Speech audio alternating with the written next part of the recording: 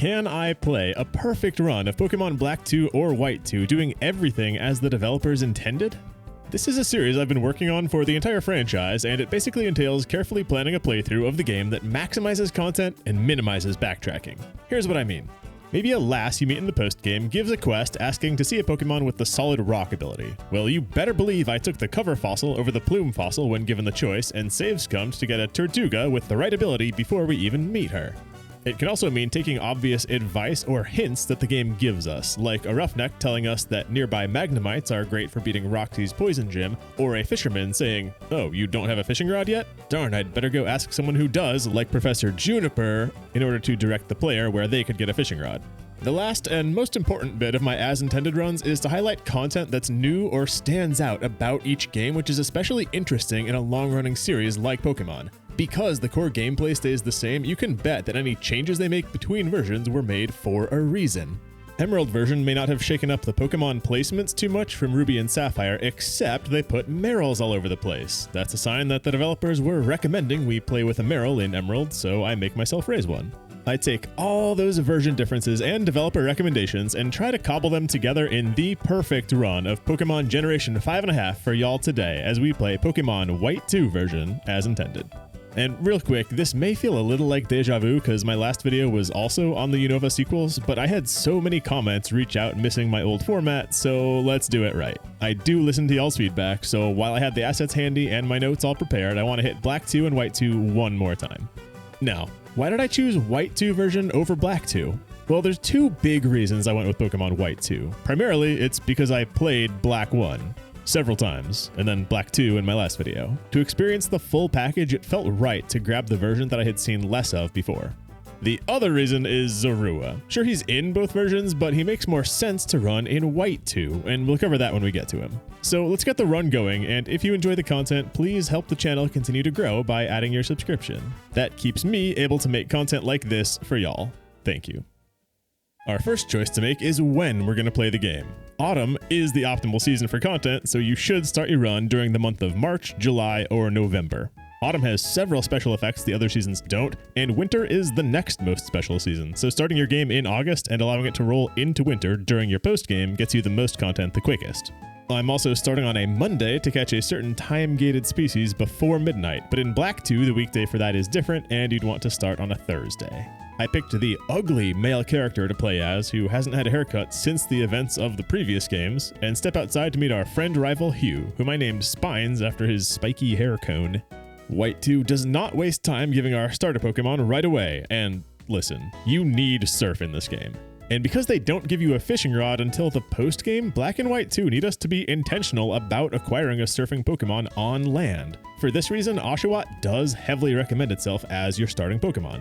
However, fighting and fire types do attack the meta very strongly, especially early on, so I chose a Tepig as my first Pokemon and named him Corduroy. Snivy, or grass type in general, actually is pretty good in the Unova meta as well, but that's more so in the second half of the game, and we can fill that role in a lot of other ways by then. In Flokesi Town and on Route 20, piles of leaves fill in pits that let us grab some seasonally available items. And if you're not playing in Autumn, you must not have got them. There probably was a problem at the post office or something. The Autumn-specific loot is pretty much all located here at the start of the game, and none of it matters that much, but hey, that's just how we play games here.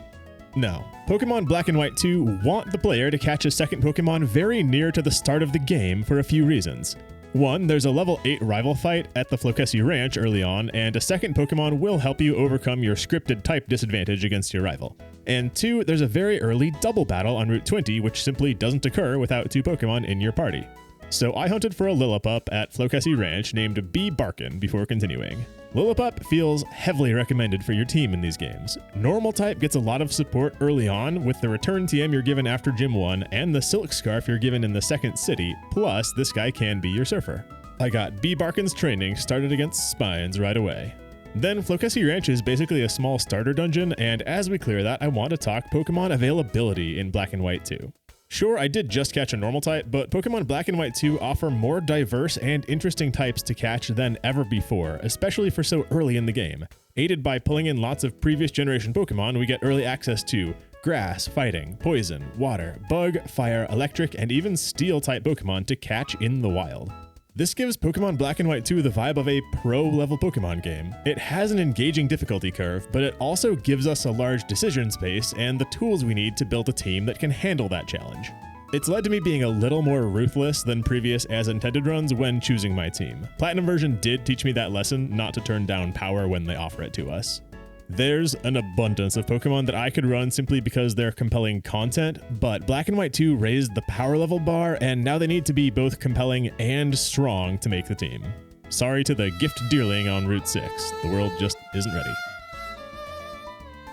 After rescuing the ranch's herdier and defeating Alder's 2 students, the metal guy hands us a metal box and starts us on the medal rally collecting medals. Our initial goal is to collect 50 medals, which is just about as many as you'd naturally collect by the end of the postgame if you're not trying to. I think I ended up with 49 medals on my last run just by completing content at my own pace. Well, this time I am making it a goal to reach 50, so there's a couple of medals that I'll go slightly out of my way to work on as we play. It's not going to change where we're headed, but I might go out of my way to step on a crunchy leaf on the sidewalk, you know? Saving our game, purchasing lots of items, flying, reading trainer tip signs, checking the television, and even mounting our bicycle are all being silently tracked with medals for doing them enough times, so I'm trying to do those activities as I go rather than have to grind them out unnaturally at the end. Which is to say, it's intended to play the game methodically and interact with all of its systems in little bite-sized pieces as we play. Then we're on to our first gym with its normal type leader, Charon. A boy inside the gym does recommend we use a fighting type, specifically Riolu, as a counter to this gym. But other constraints on my team, such as my starter already being a fighting type once it evolves, just didn't leave room for a Lucario this time. Corduroy and Barkin are going to have to be enough. A gift of Oran berries from Alder help you sneak the win without the type advantage, and for the first time ever, I decided to actually use the X defend and X attack items the game has given us so far as loot rather than sell those. Now, thanks to a heal from Charon, he did still get through my buffed Tepig, but Barkin was happy to clean up for a nice XP gain and my first badge. After that, the return TM from Bianca gives a big power boost to Barkin, and on the way to Verbank City, Charon hands us some poison-curing Pecha berries, carefully placed to counter the poison-type second gym. Upon reaching Verbank City, our mom calls and recommends visiting the city's industrial complex, then we're free to explore. Pokemon Black and White 2 follow this new and lovely, perhaps overdue formula of treating us like adults. We can go right in and challenge the gym once we reach a new city, or we can wander to collect loot, and there's usually 1 or 2 connected areas of trainers that can be cleared out early if our team wants the experience, which I typically do. A couple different NPCs in town recommend strategies for countering Roxy's poison Pokemon. A roughneck outside her gym recommends Magnemite for its immunity to poison, and a girl inside the Poke Center recommends using a poison type of our own. Well, coughing, catchable here, is stronger than ever in this game thanks to the prevalence of fighting and ground foes and the scarcity of psychic types, but we're gonna go with the Magnemite recommendation because it's got defense for Roxy and a helpful offensive type for later. Catching both is important though, because one lady in the Verbank complex gives us a quest to fill the whole habitat list for the area, catching every species that spawns here. The game has been good about passing out free Pokeballs and even Great Balls so far, and that's good because we're gonna need those for this. I spent most of an hour catching Elekid, Coughing, Patrat, Pidove, Audino, Growlithe, and our Magnemite named Shockjock. Incidentally, I'd like to thank my patrons for helping invent nicknames for the team. Without y'all, we wouldn't have little Shockjock. And I want to note that I was very close to running Growlithe for this video. It solves a lot of problems in Unova. Its fire type is placed well to clear the third gym, and its outrage might be the best dragon coverage for the endgame. But everything's a trade-off, and we already ended up with Corduroy on fire duty. So, with the Verbank Complex habitat list filled, speak to the quest giver for a prize of 5 Great Balls. It's basically a refund for what we spent. But there are medals related to catching Pokemon, so we earn some progress there as well. Then, we're ready to face Roxy's Poison Gym. Previous mid-generation Pokemon games have lightly changed up the gym designs, and Platinum version even went so far as to reorder a few of the badges from Diamond and Pearl. Then Black and White 2 took gym refurbishes to another level. It's left no gyms the same as in Black and White 1, introducing several new ones and changing the design and gimmick of the ones that stayed. Except Nimbasa, that one's pretty close to before.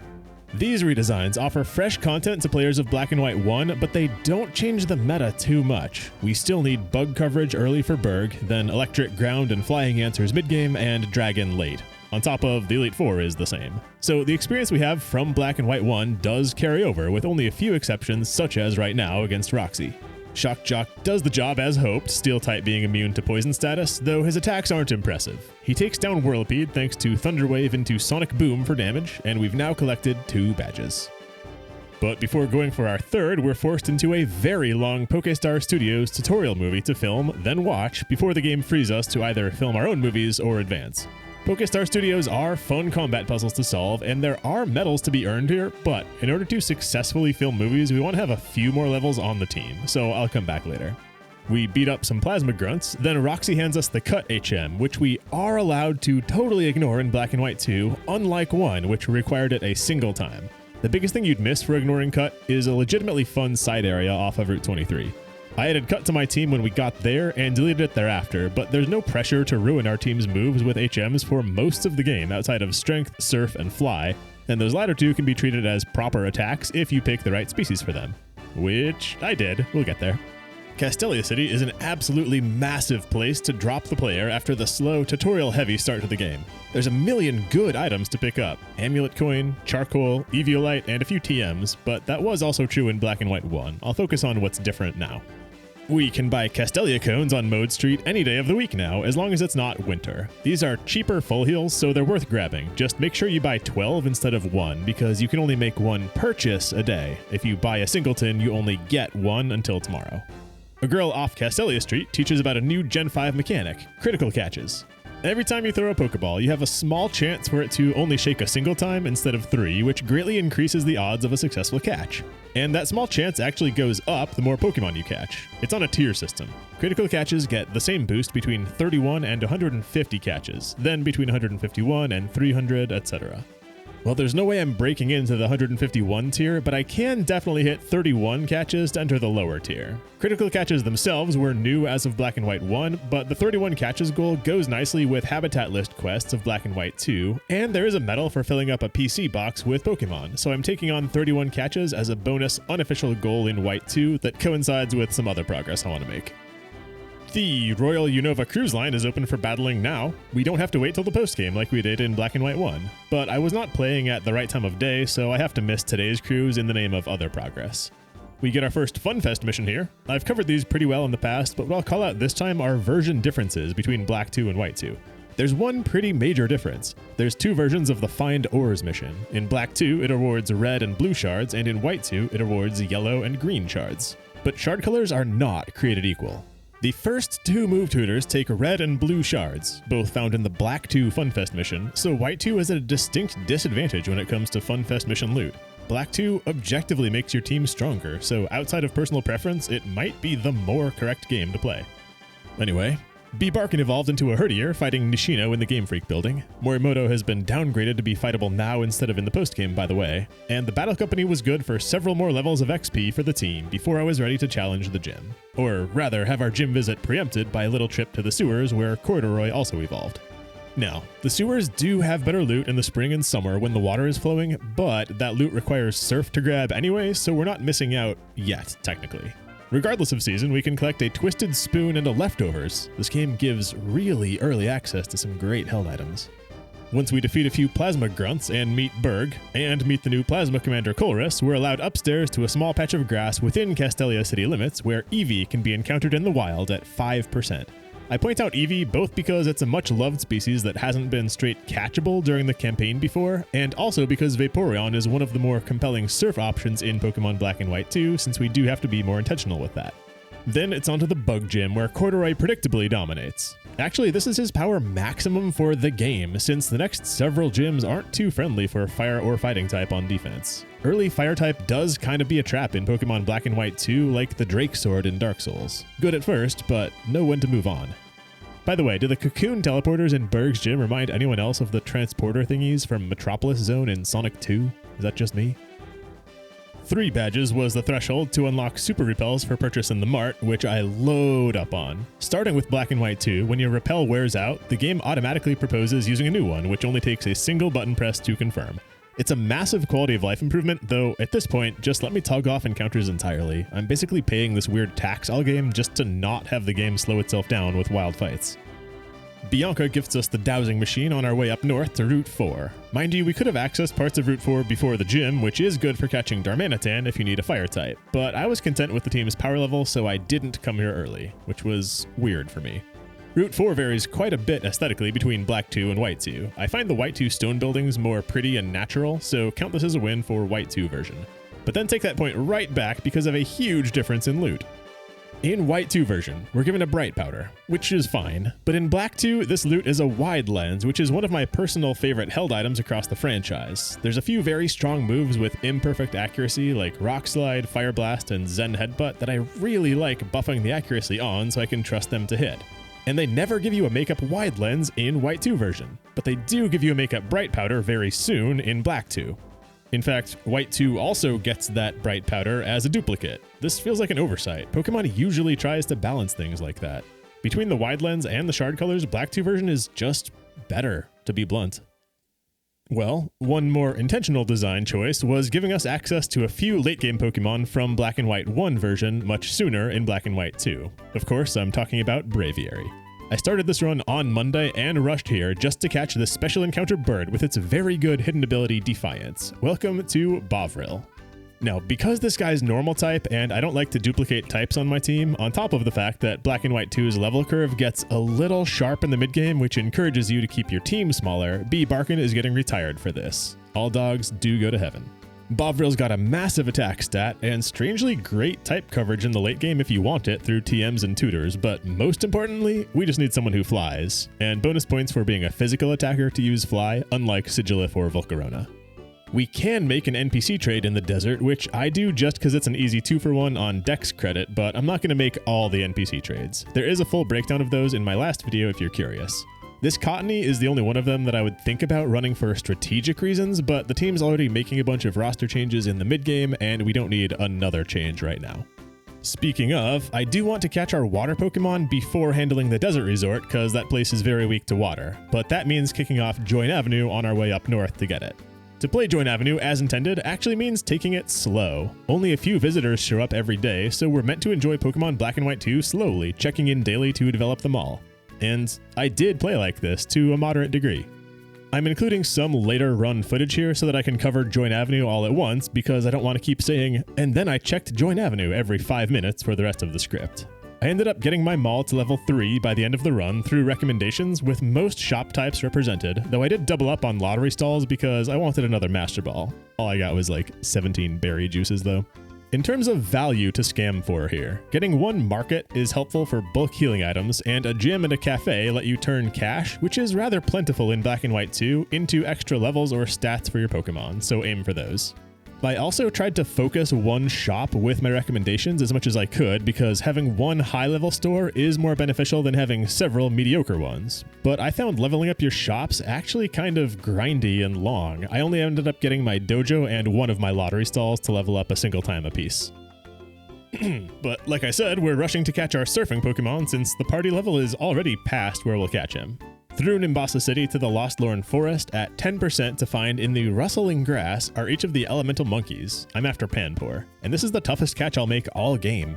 Aside from being a rare encounter, the monkeys don't have excellent stat lines, so I really do want to hold out either for great IVs or at least a special attack boosting nature. It was quite disappointing when my first 2 catches had special attack down. But after much searching, I finally found a monkey who wasn't actively awful. Say hello to Murek. He'll be my surfer soon, but he starts out dang strong already with Scald. And the difficulty of this catch made me appreciate the gift monkey they give you in Black and White 1. It's a way that the previous games retain some defining character. Murek with Scald is dominant in the desert resort, but aside from lots of trainers to beat, the area is unremarkable for us, and we're ready to actually engage with Nimbasa City. This is our first mart that sells TMs. Do buy these as you're able to, because there's a quest for accumulating TMs. Unfortunately, I had spent most of my money on speed meals for Bovril and Join Avenue, so I'll have to amulet coin my way into more wealth for the rest of these. And don't miss the 10 free red shards from this old man in the Poké Center. We get free red shards specifically because that tutor color comes first, but the other 3 colors are up to the player to accumulate, namely blue. Find Yancey's lost phone in the amusement park so we can proceed to hunt for 10 hidden tiles across the next 10 maps for our first 10 of ultimately 30 phone calls before we're allowed to trade Yancey for her Pokemon in the postgame. This is a quest worth doing if you're after Pokédex completion through her post-game Pokemon trades, but otherwise all we get for it is a cute cutscene, a badge or two in the future. But I am compelled by the other NPC that we can go on a Ferris wheel ride with. In front of it waits an NPC who varies both by the player's gender and with the season. And this is my real reason to play as the ugly boy character and start the run in autumn. We get to go on a date with certified baddie Clerk Trisha. Turns out she's pregnant though. Who would have known? I reluctantly participated in one musical just because there's a medal for it, and we had to come here anyway for a TM. I may also have waited here for several days, farming up Join Avenue, taking the weekend train to Anvil Town to trade items and get a Fun Fest mission, and cleared out the sports complex trainers a few times, cause this team is soft against the electric types of the coming gym. And this Lost Pansage quest in Anvil Town, by the way, is where we get that duplicate Bright Powder. I cleared out routes 16 and 5 for the XP, where Bianca hands us Fly for Bovril, and drags us into a hidden grotto for a special Minccino encounter. This hidden ability Minccino is very strong, especially with Bullet Seed or Rock Blast from the move Rememberer, but it's another case where raising Braviary squeezed out the normal type. I would say in Black 2 version, where you encounter the dark flying Mandibuzz in place of Braviary, Minccino is a bit friendlier to your party. Then, with my team as prepared as I can get it for the coming gym, I instead flew down to Burbank City to make some movies. We've got to film a given movie using rental Pokemon first and achieve its good ending to solve it. Thereafter, we can shoot that movie again using our own Pokemon, and if we get a weird ending by going off script, the reception will be even more positive than for a good ending. The script in this case was to not knock out the Roggenrola, so by letting Murek murder it, the crowd goes wild and he became a movie star. From here on out, Murek gets a star animation when I send him out in combat. And the reason I squeezed this in now is because I believe we're intended to. We just got Fly, so the travel is convenient, and many of the beginner scripts are at a pretty good difficulty to film for a team in the mid-20s. With that done, I headed in to attempt Elisa's gym, expecting a serious uphill battle. Murek does learn Dig from a TM we picked up on Route 4, but his attack stat isn't high enough to score one-shots and escape a nasty electric counterattack. Plus, of course, Elisa has that flying Emolga first. I make a couple of failed attempts trying to get Rollout to work on Corduroy. That should hit her Emolga well, and maybe a charged up Rollout could handle Zebstrika, but the problem is the static ability on her first two Pokemon. Even with a Cherry Berry, Paralysis really hurts the Rollout strat. But another strategy might have some legs. Leftovers on Shock Jock keep his health up, and Mirror Shots could whittle down enemy accuracy over the many turns he needs to score kills. We're just afraid of Volt Switch because that resets stat changes. But I still can't get a grindy Leftovers win. Without plans to catch anything new, I'll have to resort to good old-fashioned grinding. The sports trainers could be enough if you're patient, but I just spammed this breeder trainer in Lost Lorn Forest, training the team to level 30 in short order. That also means that Shock Jock is a Magneton next time we fight Elisa. This time she did switch out Emolga before I could bottom out her accuracy and grind to kill, but at least I landed the Paralyze first. And then, with amazing luck, her ace Zebstrika blew a few turns on Pursuit and Quick Attack before attempting to land a Flame Charge. This allowed Shock Jock to destroy her accuracy with Mirror Shot and somehow take the win. Though with his high defense stat and Leftovers, 1 or even 2 Flame Charges hitting probably wouldn't have been an issue. The Volt Switch TM we get for winning is finally a nice electric attack for Shock Jock. He was stuck with only Thunder Shock or Spark until now. I never did learn the math on how to evaluate damage in cases like this. Spark has a fair bit more listed power, but Magneton's attack is much lower than his special attack. Is one of those factors weighed more heavily in the math? Is it more matchup dependent when your own stats are less balanced or something? Somebody please teach me a rule of thumb. Well, after fighting Charles, we'll be able to cross the bridge toward Driftvale City. And this triple battle got me realizing, Pokémon Black and White 2 are the first games in the series that you could maybe, almost, justify building your team around multi-battles. You know, run Wide Guard and Helping Hand and stuff, playing with an Audino or an Alomomola, or even something non-committal like running a Pokemon with the Water Absorb ability alongside someone who spams Surf. I still don't quite think the demand is there, but there are an awful lot of multi-battles in this game, especially if you're regularly visiting the sports complexes. It's not the worst idea to prep for them. A boy on the drawbridge wonders what a Charizard looks like, and this is an actual quest if we can bring him one, which we can't. Then we're in Driftvale City, which is quite transformative for the team. Zorua, gifted to us here, is probably the Pokemon y'all could have most easily guessed would make it on my team. It's a Pokemon you couldn't catch at all in Black and White 1 without some multiplayer nonsense, and it's a fan favorite that they just pass out for free in Black and White 2. Of course, that's going to be intended and make it on our team. It's also a Dark type like Mandibuzz, and that fact more than anything else is why I chose to run White 2 over Black 2 for my as intended run. I want to run both Zorua and my Route 4 Special Bird. This Zorua used to be N Zorua, so we can't nickname it, but that does mean it earns bonus experience. It's given to us as a gift by former Plasma Sage Rude after a long conversation and a battle with no break in between, which discourages save scumming for the nature that you want. But luckily this thing comes with maxed out IVs, so it's quite powerful if you can find good matchups for it. Dark type doesn't do a whole lot for you offensively in Unova. For now, I doctor him up with Snarl, which we interestingly got from a different disguised Zoroark in the Lost Thorn Forest, and Dig. The red shard tutor I've been hyping up is finally accessible with several endgame viable attacks on offer. Dual Chop is one option for the nigh mandatory dragon coverage we'll need in the late game. And he's also got Seed Bomb and Ice Punch to attack the coming ground type gym. Murek already has Clay covered with Scald, but I tossed him Ice Punch while I'm here, which will help against the ensuing 2 gyms. At this point, I spoke to the Metal Man just to get a sense of our progress collecting. It took a few minutes of clicking to accept 21 medals, which combined with the freebie they start you with means I need 28 more to hit my goal. That's a fine start for only having 4 badges earned. And longtime viewers will be proud, I even got the Ride Your Bike medal, and it only made me sick 1 time. Well, there's still more to do before we can challenge Clay. Like this man in the market who hands over an Expert Belt. This makes your moves 20% more powerful when you're hitting super effectively. It took me a while to realize how great this is on Murek. The strong coverage he has between water and ice moves means he basically has a permanent 20% buff on everything he does. Charles battles us again, and then it's up Route 6 for the XP before we challenge Driftvale's gym. And Route 6 makes me a little mad. It's packed with grass and bug type opponents, which should be good eating for Corduroy, except the permanent rain makes him suck here. Really, our Pig Knight hasn't felt strong since Berg and doesn't look much better toward the end of the game. It's just a shame they dangle a place that fire should be helpful, then revoke it. One can only conclude that they wanted to design a place where flying type got to excel. In fact, I have been ready for some time to deposit Corduroy. I'm only keeping him around at this point until he evolves to get the Dex credit toward 31 catches. We're given a gift Deerling by the scientist who had wanted to see all of its seasonal forms in Black and White 1. This one has its Serene Grace hidden ability, though I didn't see too many moves it can learn that actually benefit from Serene Grace, and it's again competing at normal type, which is a tight race in this game. Chargestone Cave is available before the gym, technically, but only barely. With just 2 trainers at this point, and no Lucky Egg like we got in Black and White 1, you might as well save this for after Clay. Is what somebody would say who didn't have a Magneton. I actually surprised myself when Shock Jock evolved into Magna Zone in here. I hadn't looked into which areas count for that in Unova. Sweet. Okay, let's fight Clay. I used my signature XP share siphoning strategy in here. Since Murek is capable of soloing this entire place, I had someone hold my XP share who didn't necessarily need it, just so I could spam the 1 lead Pokemon and not have him get too far away from the rest of the team in levels. Is there a term for this? I do it a lot because of how each area in the game generally has the same weakness to exploit. And while I'm speaking on Panpour, it is probably correct to farm Dust Clouds for a Waterstone in Chargestone Cave right now and get him evolved as soon as possible.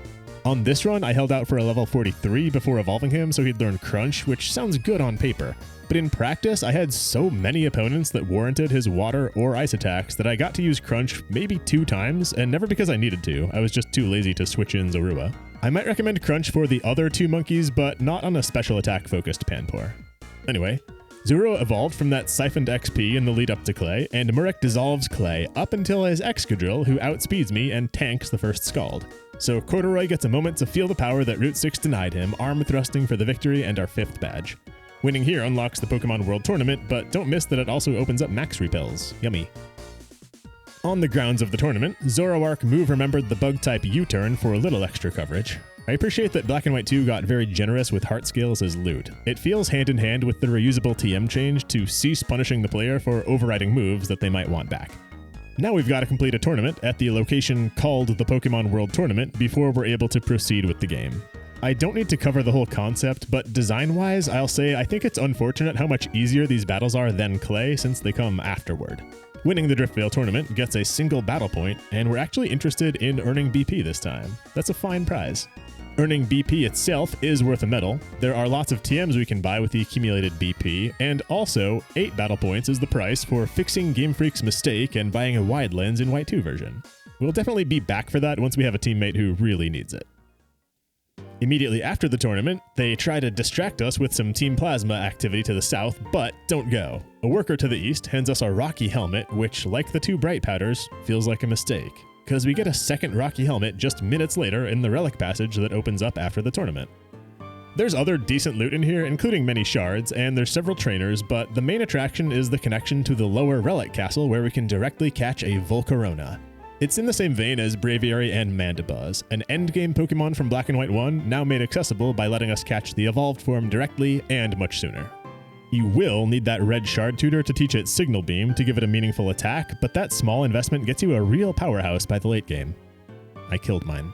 Then it's time for us to chase Team Plasma. Their base for the game is a flying ship, currently not flying, which I want to compliment as a badass design. That's cool. Flying ships are classic JRPG. They always remind me of Final Fantasy IX. After a few ally double battles against grunts, this game may have too many of those by the way, Sage Zinzolin hints at Plasma's plot to rule the world using a legendary dragon Pokemon. That gets Charon all confused, saying, But Reshiram and Zekrom aren't in Unova anymore, as if something that flew away can't just fly back. But of course Zinzolin was talking about Kyurem. Then Charon intercepts us to hand out Surf once we proceed up Route 6, which I decide to keep alongside Scald on Murek while I can, in cases when he's not one-shotting, including because of Sturdy. The burn from Scald can help him survive counterattacks better. Then I flew around the world grabbing some Surf loot, but the real prize is a new Pokemon for the team. I spent one rare candy to get the Pokédex entry for Embor so I could retire Corduroy and go catch his replacement without filling up the party. The destination is Mistralton Cave. That's no longer the home to Cobalion. That trio had their locations slightly adjusted from Black and White 1. We're looking for something else. Mistralton Cave does need Flash, annoyingly, but at least that's something Shockshot can learn over Volt Switch, and once we're done here, I'll just rewrite it back. But this cave also needs Strength, and the Embor we just boxed was my Strength Pokemon. No matter, we'll catch a new Strength user right here. I ran around in the vestibule of the cave hunting for an Axew.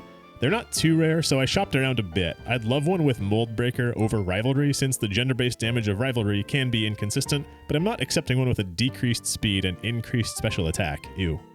This is Snaxorus. He ended up with speed down anyway and the Rivalry ability, but his attack stat is massive. He came in already knowing Dragon Claw, which is the only attack he'll use for 90% of his time in combat. That means he's got the free move slot for Strength to conveniently let me complete this here dungeon. Perfect. And the real prize in here is a Dragon Gem that we will tuck away for later. Also, use the escape rope they give you here. It's nice to see these games still pass escape ropes out inside the dungeons that need them. That philosophy goes all the way back to Gen 1. Next up is Charged Stone Cave, for real this time. This feels like one of the least changed areas from Black and White 1. It was excellent back then, so it's fun now too. Really, Pokemon Black and White 2 did an excellent job overall with the dungeon design, from this cave to Victory Road, the Relic Passage, and even routes 17 and 18. They're the perfect medium-large size with interesting navigation, but nothing too complicated, and they even did a good job thematically distinguishing the different flavors of caves. Blue, gray, brown, and even volcanic red. The level design in this game is rather good. The first feature to cover once in Mistralton City is a game-long quest. This woman loves TMs and wants us to collect them all. For each of 6 different thresholds we hit, she'll give us an HP up, so I made it my goal this run to get every TM possible, even when it evolves an annoying Flash Cave. Professor Juniper meets us here and hands over a very early Master Ball. 5 badges in is crazy for this, right? And Skyla says hello too.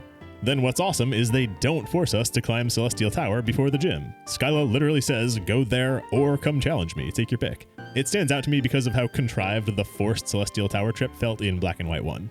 Of course, even with the option to skip it, we're gonna go there, but there's a few more quests in town first. For having a flying or psychic Pokemon in the party, this worker at the cargo counter gives us net balls, and for showing this captain the Ace Pilot medal... Hold on, we don't have that yet. Let me grind out a couple of flights. Okay, for showing him the Ace Pilot medal, we get nothing. I suppose this quest is just encouragement to keep up with the medal rally itself. This party is set up pretty well against Skyla, but I headed up Route 7 now for the value. I have a pet theory that Normal type, which isn't super effective against any defending type, actually does have a super effective niche of sorts in rotation battles. When you can't predict which opponent will be rotated in, spamming high-powered returns while not exposing yourself to anything besides fighting type defensively is an excellent risk-reducing play. Once you knock out 1 or 2 opponents using your Normal type, then you can rotate in a specialist with more confidence against what remains. Do you think that's a good conclusion? That rotation battles basically buffed Normal types? Now is the point when you might want to let your game roll over from autumn to winter, because Cubchoo is catchable on Route 7 in winter only. Not that Cubchoo itself is an exciting catch, but I'm happy to see that Pokemon Black and White 2 gave us actual season-exclusive encounters rather than just reducing the rates. Inside Celestial Tower, Professor Juniper gives us the Lucky Egg, which I'll keep in someone's hands for the rest of the run because I want that XP. Swapping the egg around too often is annoying, so I like to leave one Pokemon at the front of my party holding the egg and let it get a couple of levels ahead before benching that Pokemon for a while and letting a new hand touch the beacon. Okay, we cleared all the trainers leading up to Twist Mountain, then Marshall blocked us and we're forced to take on Skyla's Flying Gym. Shock Jock predictably cleans up in here, though I do find it annoying his best attack is Volt Switch. When the opponent has more than one Pokemon, I keep having to send him back into battle. It's goofy. Too bad Charge Beam isn't gained until the next town. Skyla herself is a breeze, the only trick being that I lead Mirror Shot against her Skarmory to break Sturdy before going for the kill in a way that skips any healing, and the accuracy debuff does spare me a Steel Wing. I felt smart for that.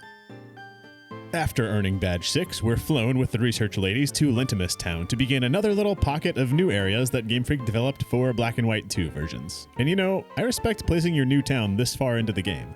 What I don't respect is this game giving us a duplicate spell tag. One comes right now and the other is mere minutes later in the haunted house. It's another mistake like the 2 Rocky Helmets and Bright Powders. I feel like these items were moved at some point during development and then they forgot to remove the previous locations. Get it together, Pokemon.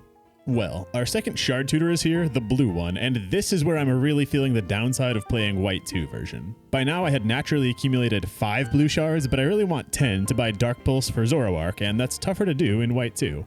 Superpower looks pretty sweet as well for a couple of team members, but I'm not farming that many blues.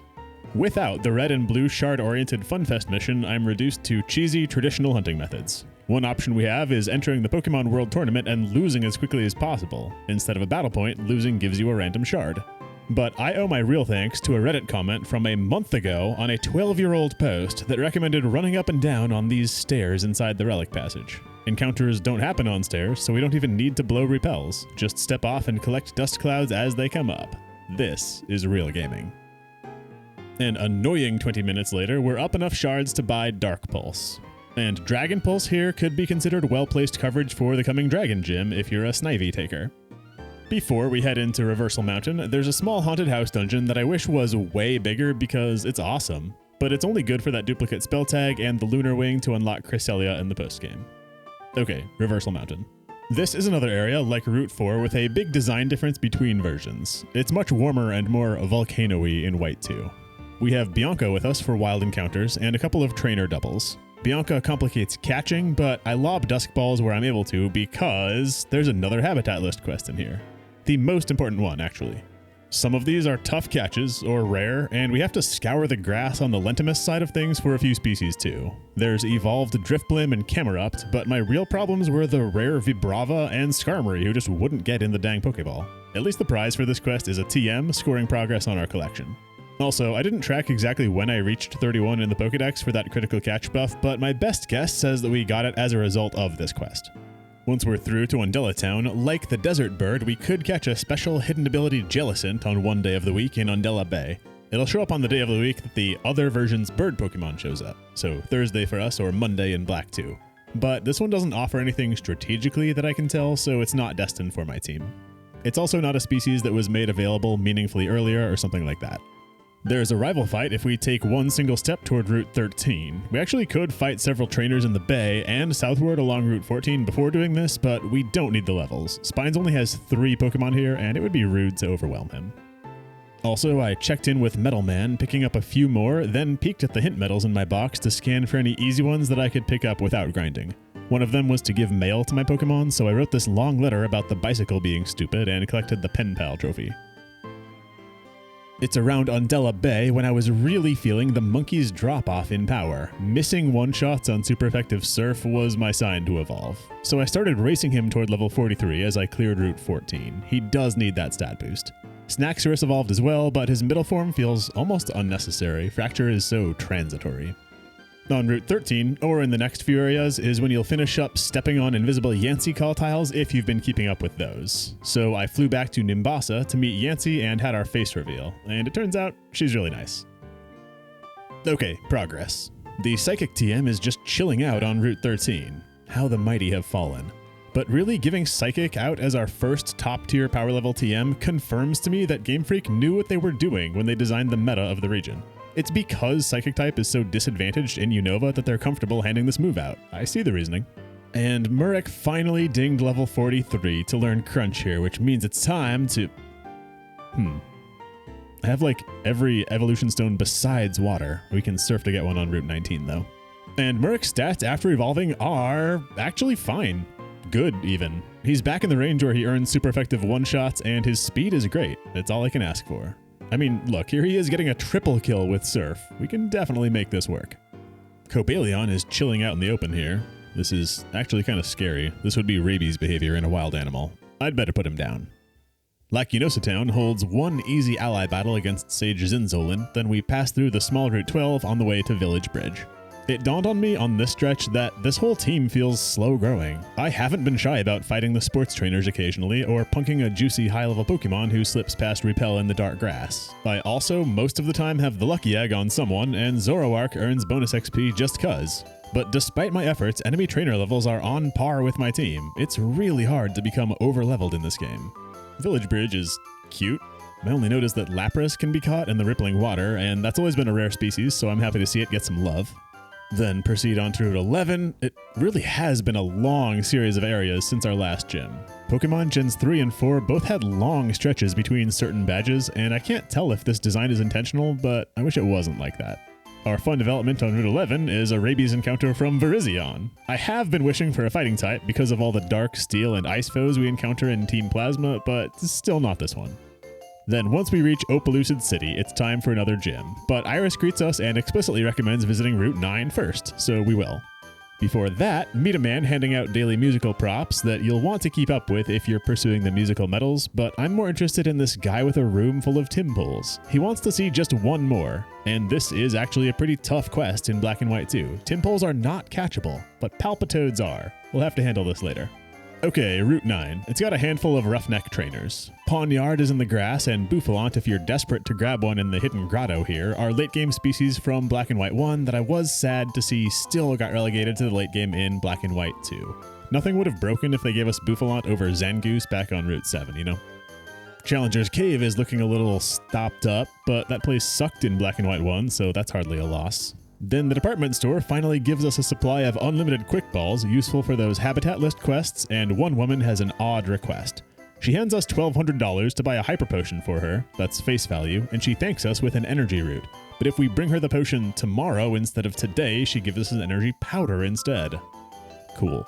Well, with Drayden's Dragon Gym looming, the team isn't feeling super prepared. I've got a slow Fracture with Dragon Claw and Murek with weak Ice Punches as my two options, but at least Drayden only has 3 Pokemon. No one needs to pull off a long sweep. So I hit the sports courts to train, then I was playing in the evening, so I took on the Royal Unova Cruise, which is when I discovered that these trainer levels don't scale. Oops. I guess we'll just head for the gym. So I'm slogging through the Opelucid gym trainers, trying my best to boost Snaxorus to 48 and score his evolution by the time I reach Drayden. Having played through this game several times recently, I actually had the most success here the time that I relied on Arcanine for dragon coverage. You've got to keep it unevolved to level 43 like I did with the monkey, but its high speed and attack stat makes sweeping with Outrage a total breeze. Anyway, Snaxorus took out Drayden's Drudagon, Murek easily got Flygon thanks to quad ice weakness, but then came the enemy Haxorus. He took 2 turns Dragon Dancing while I gave 2 Ice Punches around a Citrus Berry heal. Then Drayden healed to full, which left me scared. From full health, Haxorus might sweep my team now thanks to stat boosts. Good thing Murek pulled off a critical hit then. I was praying for a freeze, but this is even better. Haxorus goes down winning my 7th badge. This ice punching monkey really can carry a team. What comes next is a Team Plasma appetizer to remind us that they exist and get us thinking about the final showdown. It's a few grunts, Zinzolin himself, then a single Shadow Triad, a Shadow Singleton. They're not tough fights, but being all dark ice and steel types, I really am missing having that fighting type. For now, it's a flight back to Undella Town and through the Marine Tube to Humilau. One girl here wants to see a Pokemon that's holding a poison barb. That's a quest we'll have to come back to. I do think it's silly once you reach Humilau City, this man is all, where could the gym leader be? And he's 5 steps away. Real mystery, bro. Well, we're back to the old formula here. We've got a scattering of content to do both questy and battles before actually experiencing the gym.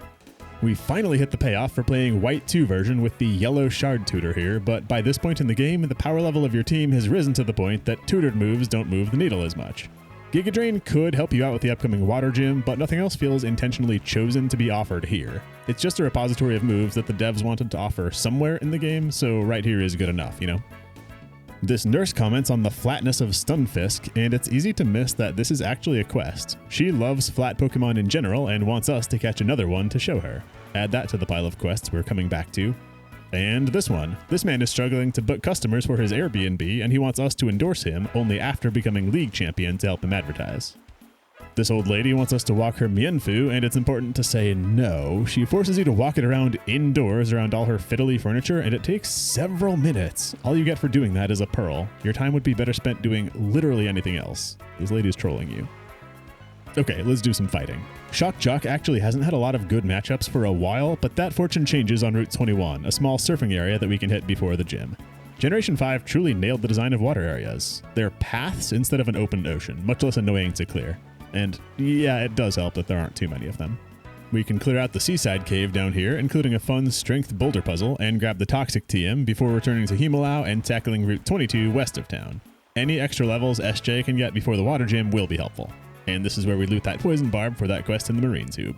Then with the team level 49-ish and no water coverage besides Shock Jock's Volt Switch, I entered Marlin's gym. But we're not stuck with Volt Switch for long. Hitting level 51 against a Pelipper, Shock Jock finally picks up Discharge.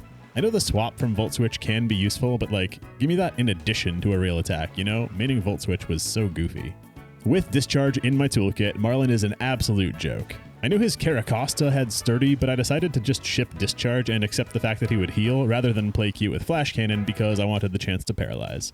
And Zoroark gets so few super effective matchups all game long that I let him take on Jellicent as a little treat, earning a trivially easy final badge. Phew, it's kind of weird we never caught a 6th Pokemon with the Pokemon League coming up, but the one I want just wasn't catchable yet. Our final rabid animal is now sitting on Route 22, a long time after his siblings were found. Terrakion was technically moved up very slightly in Black and White 2 regardless. In Black and White 1, he was found deep in Victory Road, but in this game there's at least an intense Team Plasma chapter that we get to utilize him in. In fact, he's amazing for that, so we can almost consider his placement intentional for it. If you loved Shock Jock, you're gonna love Gloss Boss, my beautiful son. This guy is dang hard to catch. I was worried about running Terrakion in the past because he's weak to Fighting, Ground, and Steel, which are all very common types in the game, as well as Water, Grass, and Psychic. But you see, Gloss Boss is built different. His speed and attack are great, plus how much of this game gets pulverized by fighting attacks does a swell job hiding his weaknesses. Ours has a neutral nature, and he came in a ways below party level, so I actually get to use him right away. Returning to Seaside Cave now, take down a Crustle with a tool that Colress gave us, and we're able to assault the Plasma Frigate thanks to Marlin lowering the gangplank. After Marlin was all, oh, I don't get involved in politics, while watching his neighbors actively getting assaulted by the administration. Okay, bro. Turning your back on the disadvantage is a choice you made. In terms of Mothy-branded strategic scummery, don't bother using any healing items as you go through this place. There's a dorm room that you can sleep in for free, and it's also faster than paging through the menus for your items anyway. I did find it interesting how Black 2 and White 2 change up the Frigate dungeon. It's almost how Resident Evil 2 had the Leon A, Claire B, then Claire A, Leon B storylines. In Black 2, we pressed buttons first and used the password later, but in White 2, we're looking for a password now and we'll press buttons later. Also, I actually laughed out loud at this writing. The Team Plasma chef is a baker at heart who just loves bread and makes it all day, so the entire team is surviving on only bread and water. I would totally be him if that wouldn't cause vitamin deficiencies. After collecting the password and dispelling the shock wall, we're in to fight Zinzolin alongside Spines. Gloss Boss alone has super effective coverage on this whole fight, though as basically a 1-on-2, they eventually knock out my son and Snaxorus has to tag in. Then the Shadow Triad boots us from the ship and we strategize with Charon. To fight Kyurem, we'll need to find another dragon, so we might as well walk down Route 22? Doesn't make the most sense. I do deposit Zoroark on the way. Not permanently, don't worry. We just want the party space to make another catch with. On the way, inside the giant chasm, is the Ice Beam TM. It's the second one we receive on the Psychic power level, and historically I might call Ice Beam the best TM of all. With its higher power and being special over a physical attack, this overwrites Ice Punch for Murek, and it's a massive power boost.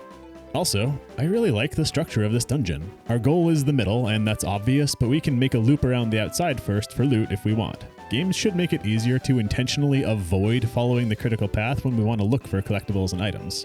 Like Bioshock Infinite had that arrow that points you where to go, and I could just intentionally not follow the arrow. It was glorious. Glossboss poops on some more plasma grunts once we enter the crater, picking up Swords Dance, and Rude hands us max revives, which is not arbitrary. What's coming is a boss gauntlet, but we will get the chance to heal in between fights. Rude is just making sure we have the gas to keep playing. Carefully placed. So there's a big standoff of current and former plasma dudes waiting for us to go handle the Kyurem situation, but we're gonna awkwardly shuffle around in the grass nearby for a while instead. This is really funny to picture. What I'm hunting for is a Metang. And why? Simply because this Pokemon has never been effectively usable in a game before. For 2 generations, this was a post-game only species, so given the chance to finally use one without warping my run, I'm taking it. This is Peepo, and I fear there's only room for one hovering Steel-type freak on the team, so he's replacing Shock Jock. I lucked into Adamant Nature, but that might pose some problems. His special attack isn't enough to make Psychic good, which already struggles in the region, so for now he's rocking the 85 accuracy Meteor Mash as his main attack. I scoured my TM collection for anything I could offer Peepo. I thought the actual strong play would have been farming up 10 blue shards again to tutor him Zen Headbutt, so I didn't do that. Unfortunately, it just takes me a while to realize that I could cheaply have him remember that move, so Peepo has a long adjustment period on my team. Well, the Plasma Frigate is parked in the center of the crater for our second infiltration, and I'm struggling not to use Glossboss for literally every fight. Fighting and Rock Dual type is like cocaine to me. This thing has coverage on literally half the type chart. Tutoring him Zen Headbutt would put him over half, but that's just excessive, for the same reason Murek doesn't really need Crunch. I kept GB in front as long as I could using an XP share Siphon. He presses A through the final Zinzalin showdown, then it's in to fight Colress, whose sturdy Magneton prevents a runaway sweep from Glossboss. Just kidding, that was my Zoroark! Once Zoroark pops sturdy, Glossboss pooped on the rest of the fight. But I do bring in Murek against Beheeyem. With my proper Dark user down, this is the one time Crunch actually does something. Ensuing are 3 Shadow Triad fights, that's 8 Pokemon who are easily trampled by Glossboss, and 1 Lonely Banette. I will say, after playing with him, I might agree with Gamefreak's choice to place Terrakion after the other 2 fighting beasts. He's too good. We then deboard and go face DNA Digivolved Kyurem inside the nearby cave. I don't feel like I could lose this fight, but I'm still in the habit of saving before big fights just to continue progressing that metal. And I took advantage of a new Gen 5 mechanic to delete this thing. It's time to make use of that dragon gem that we looted in Mistralton Cave. We got this so long ago, I can't really argue that the gem was meant for this encounter, but as a single Pokemon boss fight, this feels like the most correct place to utilize it. Empowered by the gem, Snaxorus quickly knocks this monster apart like Mr. Potato Head. Oh, and the XP got Zoroark Nasty Plot. He's gonna be able to sweep teams now. The boss fight gauntlet continues with our Getsis showdown, and this is a properly nasty fight. He has a team of 5 bulky evolved Pokemon, and a Toxicroak. It feels both flavorful and appropriately difficult that his team is oriented around minimizing weaknesses. Seismitoad is grass only, Electros is nothing, Drapion is only ground, Ghost type just isn't easy to punish. Getsis is a very well designed fight. He tests your resilience because there's no way to sweep a team like this. And mind you, I still haven't managed to earn a single level for Peepo, so he's still unevolved. Let me know when you spot a good matchup for him, because I've been hunting. After defeating Getsis, he disappears for good, the Shadow Triad become Ronin, and N just takes his dragon and leaves, giving us an awkward view inside Reshirem's tail exhaust worm butt.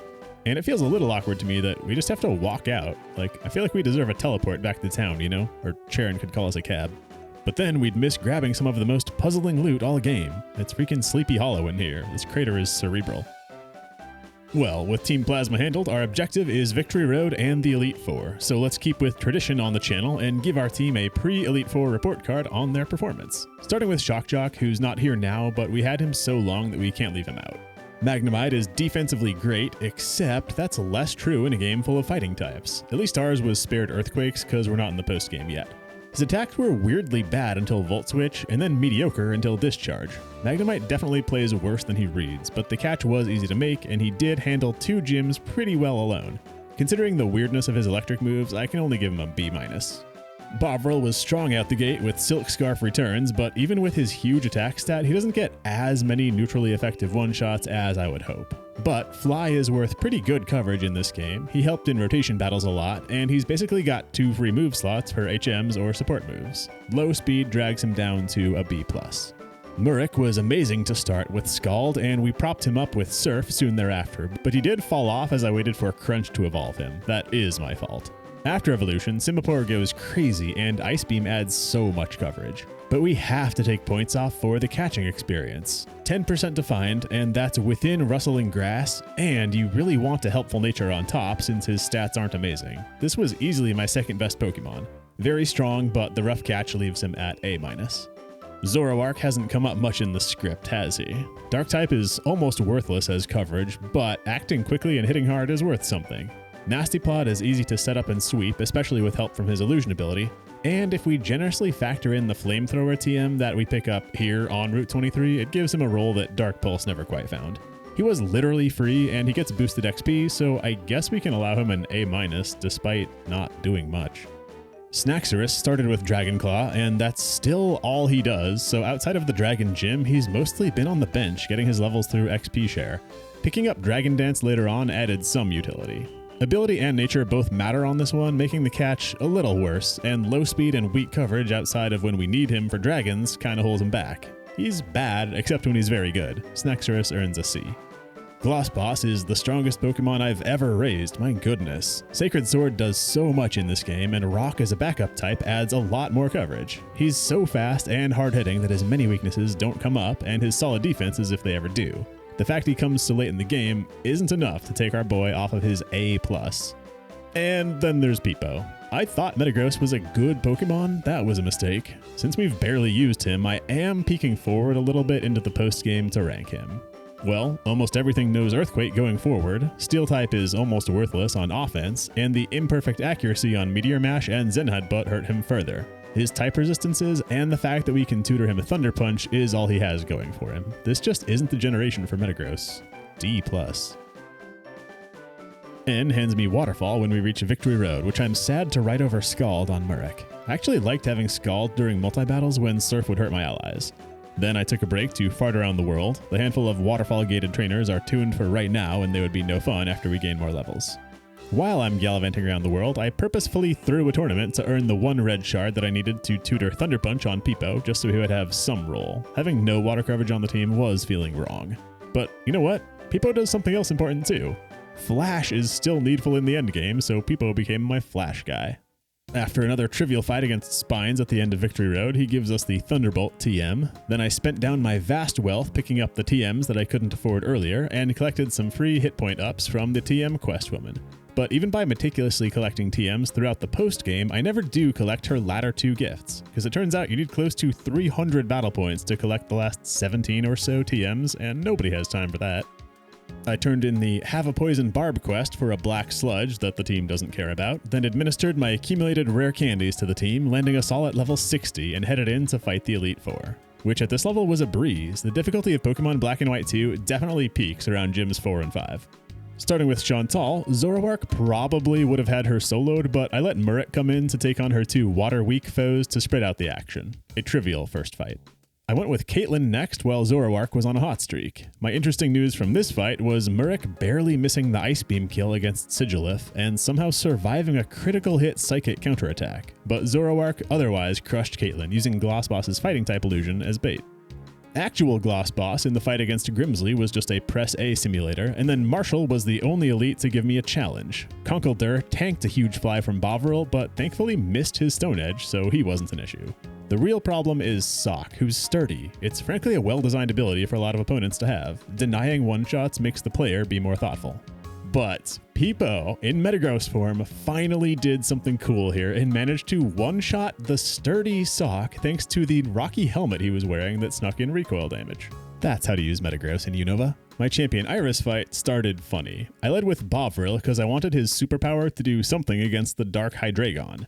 That missed the kill barely, but luckily Bovril had the health to tank 2 Dragon Pulses, sequencing Return into another superpower to win through her heal. Then Snaxorus Dragon Danced his way into one-shotting Dredagon and Archeops, Glossboss ate 2 things, and then an ice-beaming Murek didn't even quite trigger Focus Sash on her Haxorus. But her Dragon Dance straight into Earthquake somehow didn't kill our goated Monkey Man. I guess Simipour's defenses are better than I thought? And that's Iris toppled to become League Champion. Now, because I kept a good pace covering the main game of White 2, we've got time for post-game coverage in the same video. But the post-game of Black and White 2 is massive, and it's unfocused, which isn't a bad thing, but we're going to have to be selective about the content we cover. It's like the menu at a cheesecake factory. You have tons of choices, but ordering everything would feel bad. The intended philosophy of Black and White 2's postgame seems to be to graze at it like a charcuterie board, completing the content that tickles your current fancy. But there's also a general idea of an order that you should do some things. For example, there are easy fights against Alder and Hugh, not much harder than the Elite Four, that should be fought towards the start of the postgame so that they still pose a challenge. Then there are Colress, Cynthia, and Elite Four re-challenge fights that are the top level of difficulty that should be worked up to at the end. And between those tiers of beginning and end fights are dozens and dozens of trainers to fight, several legendaries to hunt, and a bunch of small quests and side content that help your team power up. Because the actual design of the game seems to encourage flying around the world, picking out content at your whim, I'm going to be a little less strict about dictating an intended path through the postgame, but I will still call out general do this before that relationships to keep some semblance of an order to things. Starting with beating the champion unlocked several Fun Fest missions if you care about those. Notably, we now have a good source for the 4 colors of shards regardless which version we're playing. I picked up my outstanding medals and checked up on my medal rally progress. Remember, our goal is 50. Well, I'm sitting at 39, so we still have a ways to go. There are several one-time task medals that we can earn without much grind, like hatching an egg or crossing all of the bridges in the region, so I still think we can avoid grinding for medals until we're done progressing through content and reevaluate where we've landed. Well, like I've said, the Alder fight is a good place to start our post-game adventure. He's got a team of 6 and some strong species, but nothing that's too challenging. Then I crossed the Marvelous Bridge east of Nimbasa City and ran into Cresselia. Psychic type as a whole improves in the postgame as our opponents take on more diverse types, so it's not the worst idea to add this to your team or the lake trio we can unlock by visiting the cave on Route 20. Cresselia with Ice Beam was an all-star during my Black Tower run in the past. Besides Alder and the rival fight in Undella Town, there's more content that is best played sooner. The Royal Unova did get a buff finally, but it won't continue to scale, so if you don't catch a cruise early on in the postgame, don't bother coming back later. And if you're going to want the Yancey Pokemon trades, you should get those going right away since it takes 12 days to do them all. Might as well do Pokemon World Tournament though, right? This place does give you progress across a couple of quests, so it's double-barreled value. Aside from it's just fun, playing these tournaments quickly earns a few medals, and the BP earned can go towards powering up your team or towards buying TMs for completing that collection. I completed the rental tournament and the mix tournament, and this time I didn't make the mistake of entering an Excadrill that nobody else on my team could defeat if it gets borrowed. My note for here is that playing doubles, I was at a distinct disadvantage having to use Waterfall instead of Surf to protect my teammate. HMs haven't stopped haunting me, not fully. I absolutely should have forgotten Waterfall to get Scald back before entering double fights. Then I did just enough gym leader tournaments to round out 8 battle points and finally purchased myself in White 2 version the wide lens that Black 2 got for free ages ago. That's going to Peepo because both of his main on-type attacks would enjoy the accuracy buff. Having done some tournaments, the medal count is up to 44, so hitting 50 clearly won't be an issue. I challenged a single floor of the White Forest next, mostly for the fun of it. You can earn medals for full clearing this place, but that takes an eternity and leaves you over-leveled for the rest of the content, so I'm not completing the forest on this run. Conceptually, this place is identical to the Black Tower, but I'm thrilled that the opponent Pokemon pools are different between versions. Enemies repeated a little too frequently in the Black Tower, so I'm glad the batch is different. The 2 Blind Bridge is open now with a quest that I am personally unable to complete for this video, but it's one that Black 2 version can't complete at all. This woman is upset with the noise levels here and wants a soundproof Pokemon to help. Our only option without trading is to catch a Mr. Mime through a chance Swarm encounter, and he's White 2 exclusive, but the Mime Swarm just didn't come up for me in my time filming. On the far side of that bridge on Route 8 is a little quest hint. This fisherman wants us to fish with him, and he forwards us to Nuvema Town to help us find a rod. And that's not the only quest here. By splashing around in the puddles, we can finally find Palpitoads. I grab a male and a female. Thank God for quick balls. Isiris City finally has the guy who pays double for nuggets if you've been saving those up, which I did. And Isiris also contains 3 consecutive battles against the Shadow Triad. They're level 65, but our team matches them, having completed a couple of post-game areas by now. My exciting development from this fight was Snaxorus finally learning Outrage. After all this time, he's basically a level 25 Braviary, hitting strongly, but most of the time just for neutral damage. Twist Mountain is natural to do next, the most confusing dungeon layout in the game. Completing it and popping out the far side to meet Marshall unlocks the Elite Four rematch when we're ready for that. And with that, we've done most of the content in the northern half of the world. What remains is the long journey from Castelia City down to Nuvema Town, which is absolutely packed with trainers. Clear your schedule. As we start that journey, an exhausted man on Skyarrow Bridge asks for a fresh water, and lucky him, I tend to accumulate those. We can find him again on 4 other bridges throughout the land, and in the marine tube, giving him a fresh water each time as part of a silly little quest. Once we do that and meet him again back here, our prize is some Moo Moo milks. We basically just traded up waters into milks. Then we have Pinwheel Forest, which is gigantic, Route 3, the Wellspring Cave, Route 2, Route 1, and the Surf Routes 17 and 18, all to complete down here, and forgive me for abbreviating all of that into one paragraph. Really, it's just a whole lot of loot to grab and 60 more trainer fights to grind as we power up for Cynthia and the Elite Four. But there's a little as-intended content we can call out in the midst of all of that. The green shard tutor is finally found in Nacrene City. I do feel like Gamefreak messed up by splitting the colors how they did. But by this late, the difference in shard access between versions is minimal.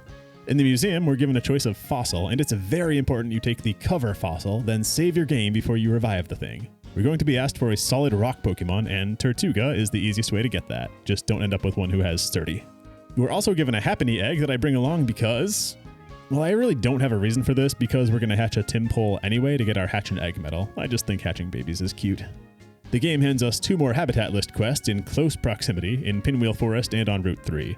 The prizes for these are only Pokeballs though. Reversal Mountains is the only important habitat quest to complete. And on Route 3 is finally the daycare.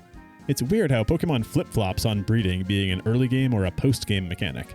I dropped off my Palpitoads, Dode, and Moam while I did some other content. Unfortunately, the daycare doesn't call you when an egg gets found, so just run around locally if you're waiting for one. All I did was complete Striaton City, whose main event is the ally battle against Cress and Salon, and the Dream Yard, where Cut is unfortunately still relevant in order to battle Latinas. There was an egg to pick up after that, so the party's running thin now as I carry 2 eggs along and that Tortuga.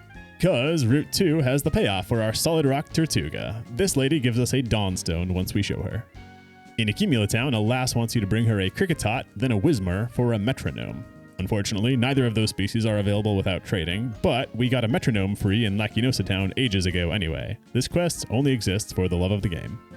Once we finally reach Nuvema Town, Professor Juniper's Pokédex quest is of no interest to me because we can't complete it if we wanted to, but her dad's gift of a fishing rod opens up 2 more quests, like your ball turning into a multi-ball in Peggle. By flying up to Humalau City and fishing, we can catch a love disc to show that nurse right here in town who likes flat Pokemon. That's worth some heart scales. And also in town is that guy who wanted us to advertise his hotel after becoming champion. He doesn't give us anything. Typical landlord mentality, but the couple renting the room kick off a fun side quest. This new husband wants to prove that love is eternal by hearing us ring the Celestial Tower's bell. If we fly there, a series of bitter single women battle us, blocking our way to the top of the tower just because they weren't able to hold down a man. It's kind of out of pocket, but it is very funny. Ring the bell and return to the man, who hands us a revive, and to keep things lighthearted, he also wishes happiness for those angry single ladies. And we suddenly have 50 medals. I return to the medal office in Castelia City, where they hold a ceremony in their messy office to give me my prize. It's a 51st medal to thank me for participating. Yeah, the prize for getting medals is a medal. Our goal is updated to strive for 100, which absolutely not, but I get to be proud of earning 51 as proof that we played a fun game called Pokemon. I do want my team slots back before I do more battles, so at this point is when I ran around until my eggs both hatched. This is actually when I did the bridge freshwater visits to make efficient progress. Then if we return to Opelucid City and lend our baby Timpole to this man...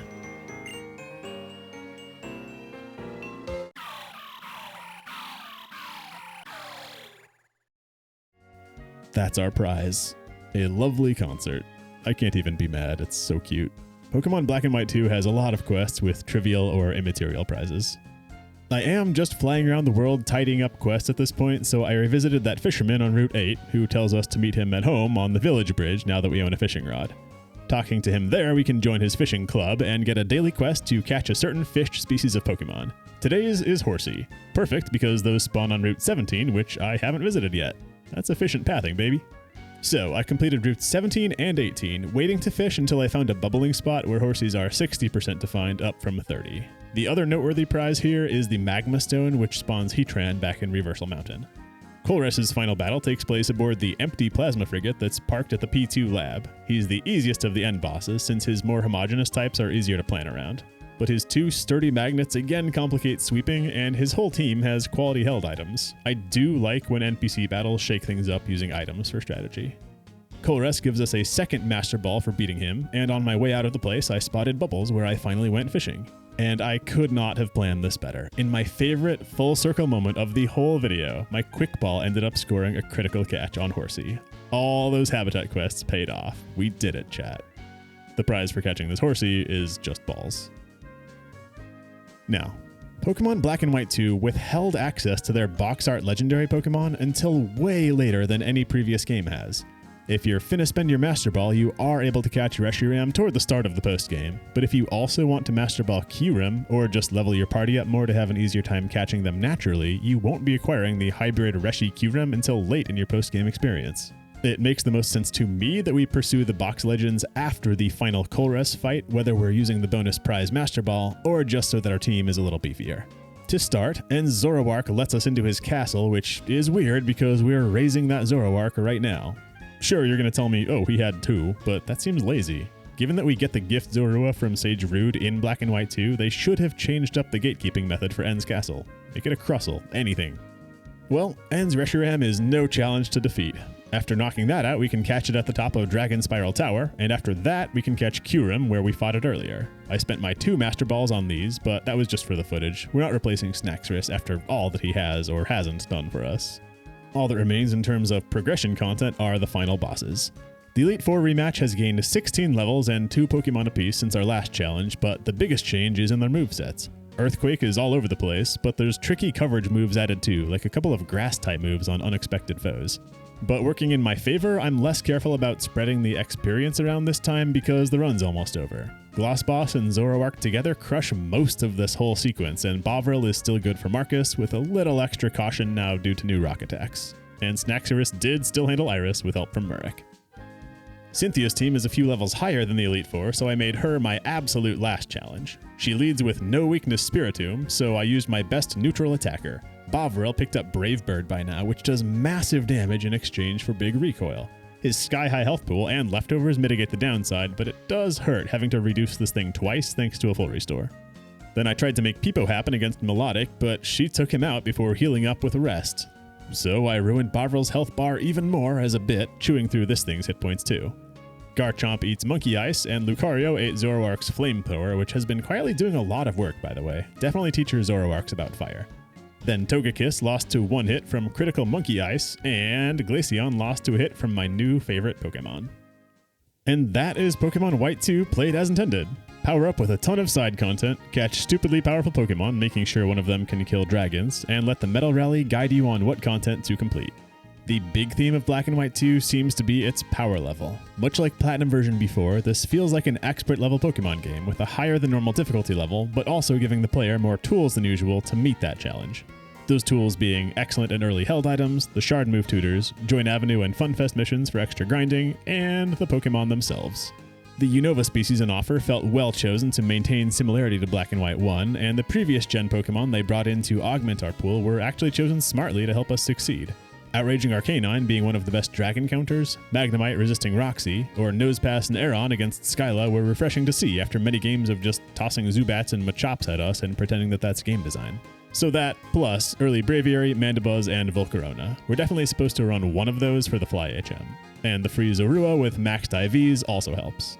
The continued de-emphasis of HMs was nice, though I did find it a little tough planning for Surf on the team without Oshawott. Simipour, of course, ended up being a strong solution, but the most intended solution might just be Stoutland with how early you catch it and the support that they give normal type in the early game. Then let's not skip the dimension of time in playing Pokemon Black and White 2 as intended. Stretching out your run to revisit daily content is baked into the game design. It also makes sense given how much content is in the game. And a longer run lets you experience more seasons turning, so that too. It is a bit antithetical to the ethos of my channel though, slowing down my run on purpose, but these games deliver incredible value, way more than any prior mid-gen game, and we're meant to take our time accumulating power before crushing our opponents with a carefully sculpted team. It's almost BioWare-y in that way. Hey, thanks for watching. I'm curious what your optimal content-focused team would look like in Black and White 2. There were so many different ways this team could have gone, and most of them did involve Riolu. There is a chance that I avoided him just to be defiant, I will say. Thanks very much to my patrons for supporting the channel and helping me name the team. And do consider subscribing to the channel if you want to keep up with future runs. It's finally time to hit Generation 6 after this, which, just speaking in terms of my comment sections, almost nobody is asking for, so I'll see if I can change some hearts. Stay tuned. Thanks for watching, and I'll see you next time. Peace out, Girl Scout.